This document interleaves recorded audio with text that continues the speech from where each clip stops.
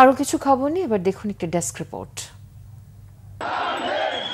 বিএনপির ভারপ্রাপ্ত চেয়ারম্যান তারেক রহমানের ঘোষিত রাষ্ট্র কাঠামো মেরামতের ৩১ দফা এবং ধানের শীষ প্রতীকের পক্ষে গণসংযোগ করেছেন ঢাকা মহানগর দক্ষিণ বিএনপির যুগ্ম আহ্বায়ক হাজী মনির হোসেন।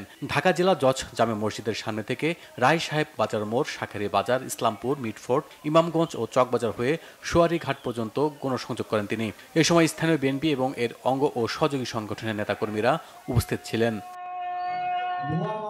ঢাকা ১১ আসনে বিএনপির মনোনীত প্রার্থী ডক্টর এম এ কায়েম বলেছেন, বিএনপি গণমানুষের দল। বিএনপি ভালো কাজ করছে দেখে একটি বিশেষ দল পরিকল্পিতভাবে মিথ্যাচার ও অপপ্রচার ছড়িয়ে জনগণকে বিভ্রান্ত করার চেষ্টা করছে।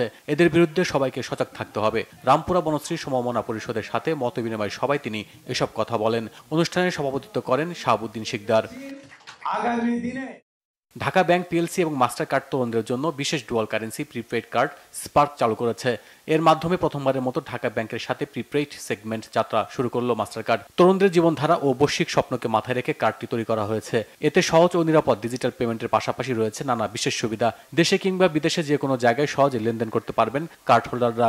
উপস্থিত ছিলেন ঢাকা ব্যাংকের PLC managing director AK M Shahnewaz, deputy managing director Mohammad Mostaq Ahmed, Mastercard বাংলাদেশের country manager Syed Mohammad Kamal, director Zakia Sultana, merchant and commerce lead Zubair Hossain সহ উভয় প্রতিষ্ঠানের ঊর্ধ্বতন কর্মকর্তারা।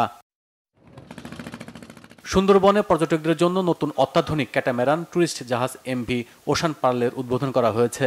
জাহাজটিতে থাকছে বিনোদনের সব ধরনের সুযোগ সুবিধার পাশাপাশি থাকা খাওয়ার আরামদায়ক সেবা। বিকেলে খুলনার জেলখানা ঘাট সংলগ্ন ভৈরব নদে এতে উপস্থিত ছিলেন নিজাম শিপিং লাইন্সের স্বত্বাধিকারী মোহাম্মদ নিজামুদ্দিন, জাহাজের সিও মোহাম্মদ সোহেল রানা বাপ্পি সহ বন বিভাগ ও পুলিশ প্রশাসনের ঊর্ধ্বতন কর্মকর্তারা।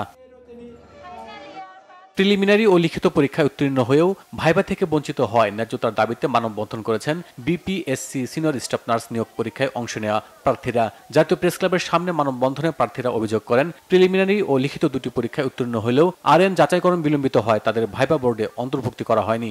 সিদ্ধান্ত পুনর্বিবেচনা সহ 4 দফা দাবি জানান বঞ্চিত প্রার্থীরা। Bangla vision news desk.